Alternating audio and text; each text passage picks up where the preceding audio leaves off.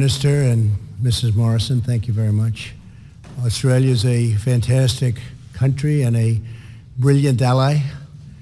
We just spent a lot of time together with our representatives, and they get along very well, and we're doing a lot of deals, and we talked military, we talked trade, we talked about everything you can talk about, and we came to the same conclusion, I think, in every case. But I just want to say it's an honor having both of you here. Thank you very much. You have a truly great country, and I don't think we've ever had a better relationship than we have right now. And tonight we're going to have something very special in the Rose Garden, and based on all of that money we spend on all of that weather predicting equipment, they're saying no chance of rain. Let's see if that's right. If it is, we'll run right back into this room. But we're going to have a fantastic evening. And First Lady, thank you very much. You worked very hard on this. So it's not going to rain. It's going to be a beautiful evening. And great job. Really great job, honey. Thank you. Please, Scott. Thank you, Mr. President. And Mrs. Trump, we thank you also very much for the incredibly warm and generous welcome that Jenny and I and our delegation have had here in Washington and this great home of the American presidency, and indeed your home. One of the many things that the President and I share in common is a passion for jobs. And the job performance here in the United States, the jobs that are being created in Australia, the jobs that change people's lives. You know, when people get a job, they got choices. And Australia and the United States, we're committed to creating jobs. And whether it's in trade or it's whether in looking at the future and where those jobs are going to come from, we want our people to have those economic opportunities. I commend the President on the great work he's done in creating jobs here in the United States, and we're doing the same thing in Australia. And if we want to keep creating jobs, then this partnership is a big part of that, and that's why we're pleased to come together here. We share objectives in so many areas. We share common values. We share beliefs. We've shared a wonderful century together, and now we're going to have another great century together of mateship. So thank you, Mr. President, and thank you for the opportunity for the discussions we've had today. We are very much looking forward to the state dinner this evening, and Mrs. Trump, you're doing something special there tonight. We don't know if it's the first ever, but as the President said, perhaps the first ever, and that's just another great innovation which is part of this wonderful visit. So thank you very much. Well, thank you very much, Scott. It's a great honor. Go ahead, please. Mr. President, you've been negotiating with the Chinese, and there seems to be a possibility in terms of a China trade deal that they might actually offer some agricultural purchases. Is that going to be enough for you, sir, No. in order to get a deal done? What do you need to see at this point to get that deal past the finish line? We're looking for a complete deal. I'm not looking for a partial deal. China has been starting to buy our agricultural product, if you noticed, over the last week, and actually some very big purchases. But that's not what I'm looking for. We're looking for the big deal. We've taken it to this level.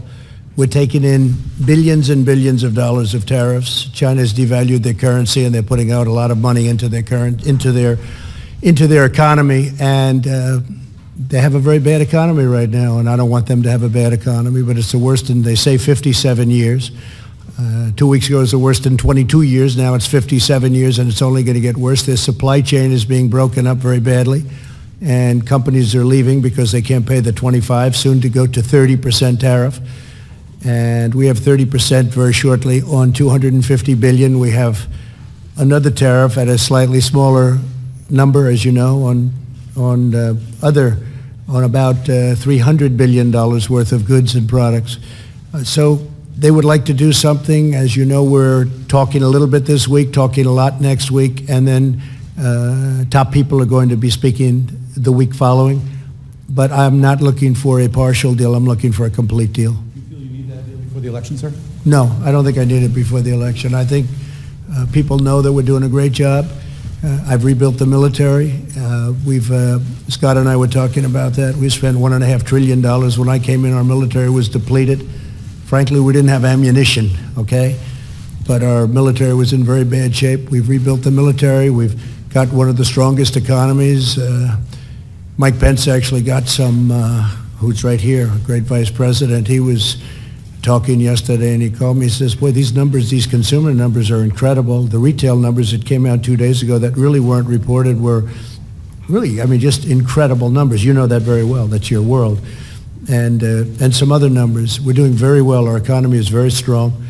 And China is being affected very badly. We're not. We're not being affected. In fact, we're taking in many billions of dollars. And China's eating that. You know, China is eating the tariffs because of the devaluation. Now, that doesn't happen with all countries. China is China.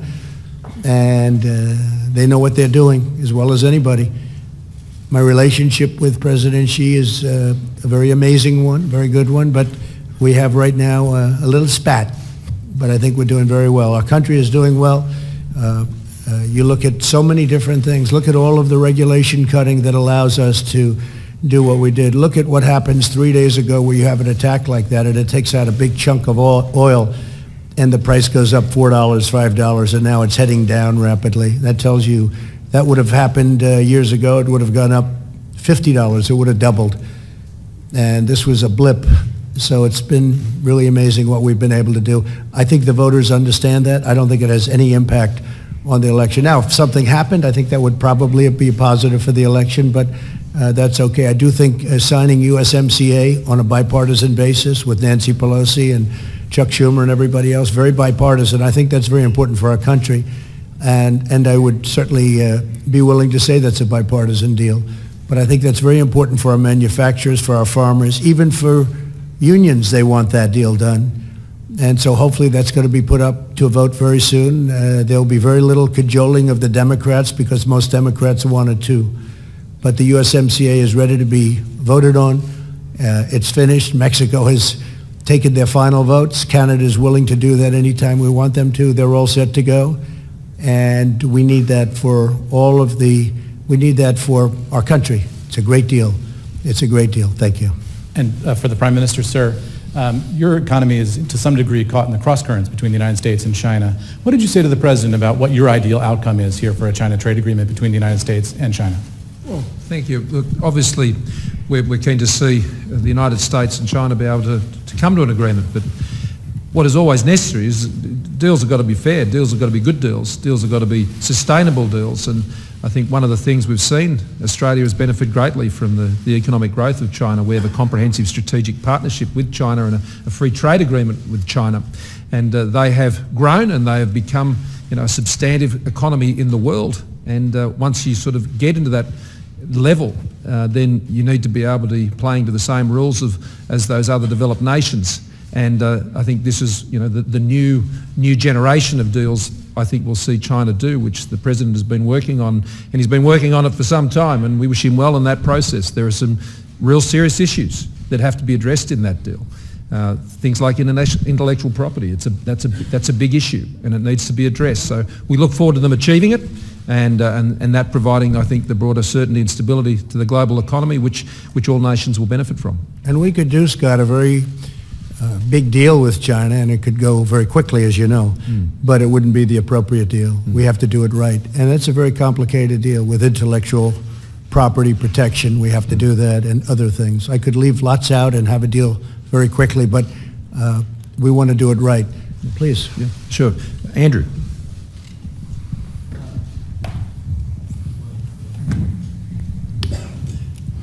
I assume Andrew is a nice person. That's why you, Mr. President, the best. Thank you very much for hosting us. Also on China and tariffs, what do you say to Australian businesses and to Australian people who say that your trade war with President Xi threatens their prosperity? And to the Prime Minister, a linked question. Do you think that Australians are going to be collateral damage in President Trump's tariff war with China? Well, first of all, I look at numbers. I love numbers, and the numbers of Australia are doing incredibly well. You're doing unbelievably well. When we have a deal with China or not, but when we have a deal with China because they want to make it perhaps more than I want to make it, because I actually love all that billions of dollars that's pouring into our treasury. Billions and billions of dollars. We've never seen that before from China. It's always been the other way. And I'm taking care of our farmers out of that. We're helping our farmers. Our farmers were targeted, and they were targeted for $16 billion, and I made that up to them. We paid them the $16 billion and had tens of billions of dollars left over. So I will say, though, that Australia is doing very well. If we do end up doing a deal, Australia will do even better. And we were discussing that, but Australia will be one of the big beneficiaries of a deal. And in the meantime, as you know, I did tariff relief with respect to a certain product in particular coming out of Australia. And that's something that we wouldn't do for anybody else. This has been a truly great ally, and we work very well together. But your numbers are absolutely fantastic. Your economy is strong like ours.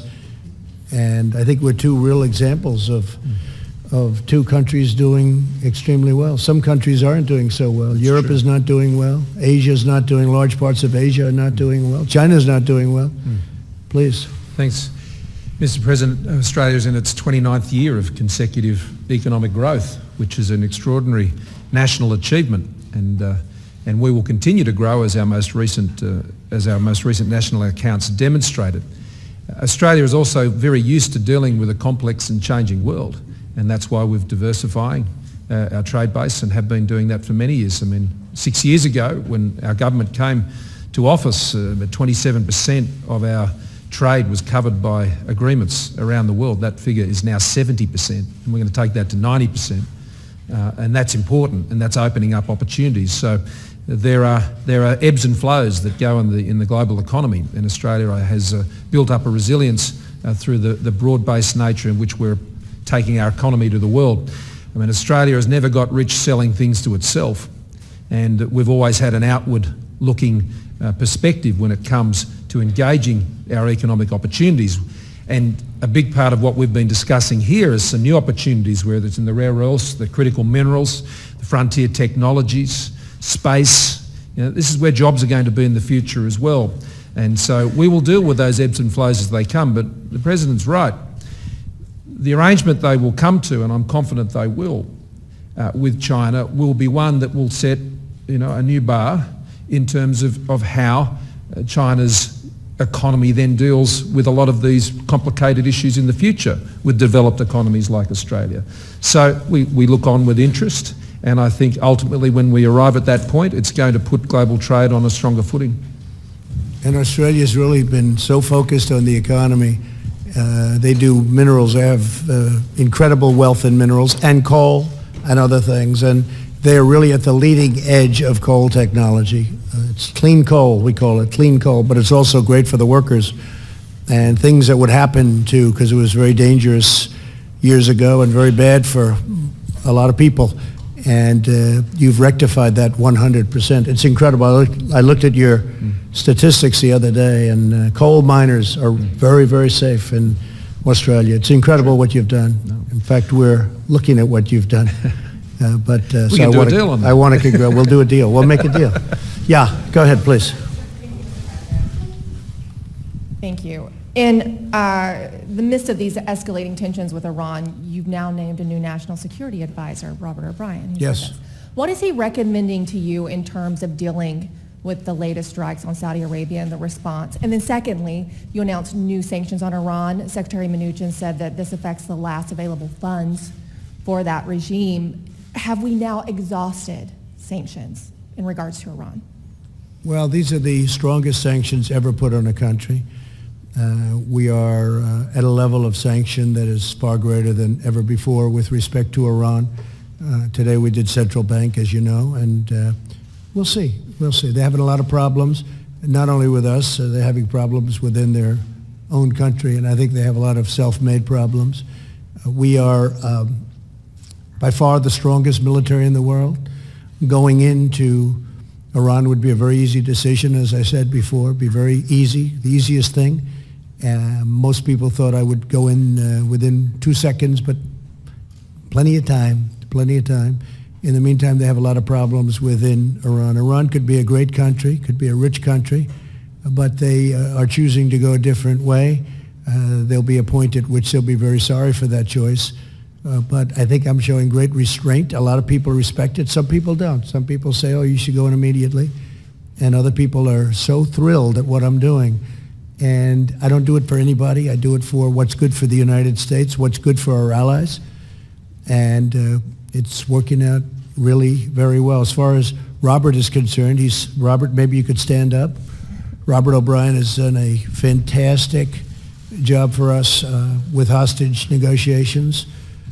I think we can say that there has never been anybody that's done better than you and I as a combination. We've brought many people home, and we brought them home quickly. Speed is a very important thing I find with hostages. It's really something. I had dinner the other night with the Warmbier family, an incredible family. The whole family and some of Otto's friends, in addition to the family. We had 25 people over on Saturday night, and we did that dinner in Otto's honor. And it was a beautiful thing. It was a beautiful thing. First Lady and it was very, it was very touching and really very beautiful. We talked about Otto. And I will tell you that people should have moved faster. And Robert and I were talking about that. He should have moved faster. He was there for a long time. You got to move fast. With hostages, you have to move fast. All of a sudden, it gets very hard for the other side to do anything. And sometimes it's just too late. In the case of Otto, it was very late. We got him home, but he was in horrible, horrible condition. What happened to him was actually incredible, just horrible. But you have to move fast. Robert and I have been really successful. And the reason I know him so well, I actually work hard on hostages, I think you would say. I think most presidents wouldn't do that, but I do. These are great, I guess in almost all cases, American lives. We help other people also. We've also helped other countries with their hostage situation where we have some strength that they don't. But these are great people, and we get them home. We got them home from North Korea, as you know, and we got them home from a lot of different locations. Egypt, we got them home. We got them home from many different locations. Turkey. Yeah. President Erdogan was very good, and we got a hostage home. Our great pastor, who everyone in this room knows and loves. But we've had tremendous success, and what surprised me, I didn't know too many people knew Robert, and when it came time to pick somebody for the position, it's a very critical time, I had so many people, I shouldn't say this in front of Robert, he'll be embarrassed, but I had so many people that called me and they recommended Robert O'Brien. So I think he's going to do a great job. And he was here, I can tell you this, he started about 12 minutes after he was chosen. He sat in with us, and he's very much involved now in what we're doing. One quick follow-up on that in regards to Iran. If sanctions don't work and they continue their malign activity, are there any other measures outside of a military option that can be taken? Well, I don't want to talk about that, but I will say I think the sanctions work and the military would work, but that's a very severe form of winning, but we win. Nobody can beat us militarily. Nobody can even come close. What we've done for our military in the last 3 years is incredible. All made in the USA, by the way. And it's really incredible. Our nuclear was getting very tired. They hadn't spent the money on it, and now we have it in, as we would say, tippy-top shape. Tippy-top. We have new and we have renovated, and it's incredible, and we all should pray that we never have to use it. We should never have to use it. And our military itself is in phenomenal shape. And we have a great gentleman, as you know, going to be taking over, Joint Chief of Staff. Joe Dunford has been fantastic. He's a great man and a friend of mine. But General Milley is going to be taking over, and it's going to be, we're going to have a little bit of a celebration, both for Joe and for everybody. And, you know, as you know, our Secretary of Defense has just come in, Mark Esper, and he's been here for a short period of time, but he's got tremendous energy. He's got it. He knows it. That's what he's been doing for a long period of time, from the day he graduated, or maybe I should say from the day he started at West Point, where he was a top scholar, etc. So we have incredible people. And Steve Mnuchin's here. We did the sanctions today, and I think they're probably, Steve, the strongest that have ever been put on a country. We will certainly never do that to Australia, I promise you. Then one for the Prime Minister, if I may. Mr. Prime Minister, you have been very tough on Huawei, even under pressure. You've been very consistent with the ban, even though you've said you have a good working relationship with China and they're important for your economy. Do you plan to continue to support the United States in the tough stance on China? And can you give any more specifics about what you've told the President you would do to help in his measures to reach a fair trade deal? Well, first of all, I mean, we have the most perfect of relationships with the United States, and goes back a century and more, as the President was reminding us on the lawn this morning. We have a comprehensive strategic partnership with China. This is the part of the world in which we live, and managing that relationship is important to Australia's national interests. One thing I can always assure you, and I think the President can say the same, we will always, both of us, act in the national interests of our countries. We will always put our country's interests first. And that means engaging countries in our own region, not just economically, but at a people-to level as well. We have a lot of operations we do together right across the world militarily, and we'll continue to do those. But the focus, I think, at the end of the day, has to be what's best for our people. And that means a stable, secure region, and the presence of the United States in the Indo-Pacific, where they have been for a very long time, is a stabilising force in the region. And what does that mean? It means that countries can trade with each other, economies can develop, people come out of poverty. The United States has had a positive presence in our region, and that's why we always work together, because we share objectives. It isn't a matter of the United States saying to us, we need you to do this, or Australia saying to the United States, we need you to do this. It's about us having shared objectives and looking through the world through a similar lens. And so that just naturally brings us together to focus on the things that promote prosperity. As I started out in my remarks today, we love jobs, the President and I. We love jobs. And we like them jobs here, and we like jobs everywhere. And when people have jobs, well, they tend to focus a bit more on the things that are going on in their lives every day, and making sure they can live peacefully with each other. And one of the things important, I think, is during our meeting, we discussed, I said, what percentage of your military do you buy from us? And it's the answer was we work it together, or it's about 100%. It's close to 100%. And we make the best equipment. He understands that. But it's a real relationship. They buy 100% of their military, and it's a massive purchase. And it's gotten bigger. I guess you said the biggest purchase since World War II. Yeah, we'll be at 2% of GDP next year, and that comes up from what was the lowest level of defence spending as a share of the economy since prior to the Second World War. So it's a $200 billion investment, and a lot of that's being built in Australia, but it's also being built in partnership with the United States and other allies. So it's an important part of what we're doing. But I think David Crowe from Australia was next. Thank you very much. David Crowe from the Sydney Morning Herald and The Age. Further on the questions on Iran, Mr. President, you've praised the Australian commitment today to deal with Iran in the Persian Gulf. And in your talks today with Mr. Morrison, did you discuss further military action in order to keep the pressure on Iran? What might those military actions be, and what could Australia contribute to that? So and Mr. Morrison, on that same Hold it issue, 1 second. You'll get a second, Craig. You get a shot at your Prime Minister. I'm sure you're looking forward to it. We didn't discuss too much Iran. We discussed more trade, more China. We discussed Afghanistan, where Australia's helping us, and we're slowly reducing in Afghanistan, as people know.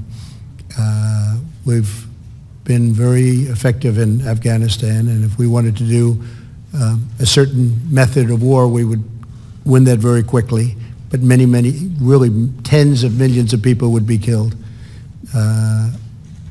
And we think it's unnecessary, but Australia's been a great help to us in Afghanistan. But we're reducing in Afghanistan. We're reducing in Syria, where we had, we've taken over 100% of the caliphate. We have 100%. When I came in, it was smaller, but it was a mess. It was all over, and now it's in a position, and I won't repeat what I said before with the prisoners, but we have thousands of ISIS fighters from our work in capturing 100% of the caliphate. And we're asking the countries from where they came, whether it's Germany or France or other countries, to take those people back, put them on trial, do what they have to do with them. But the United States will not keep thousands and thousands of people for the next possibly 50 years or whatever it may be. It's going to be up to those countries. We did them a big favor. We went in. We took them down. The ISIS fighters, in the end, weren't very good fighters against the United States. But we have thousands of them, and we want them to be taken over by Germany, France, and all of those countries from where they came. Okay? Thank you. And Mr. Morrison, on the same issue of Iran, are you open to further military action against Iran, or is the Australian commitment solely contained to a freedom of navigation patrol exercise? Well, as the President said, I mean, there are no further activities planned or requested for assistance from Australia. So the question to that extent is moot. And I want to commend the President, who's demonstrating, as he said in the earlier press conference in the Oval Office, restraint. There are other measures that he and the Secretary have announced today, and they are pursuing those channels. So the calibrated, I think, very measured response that the United States is taking has been a matter for them, and obviously at any time when issues are raised with us as an ally, we consider them on their merits at the time in Australia's national interest. So I think that's where that's heading. Well, thank you very much. And Jennifer, thank you very much. First Lady, thank you. And I hope you're going to be able to see tonight to the media, because really it's going to be a beautiful evening in honor of Australia and the Morrisons. Thank you.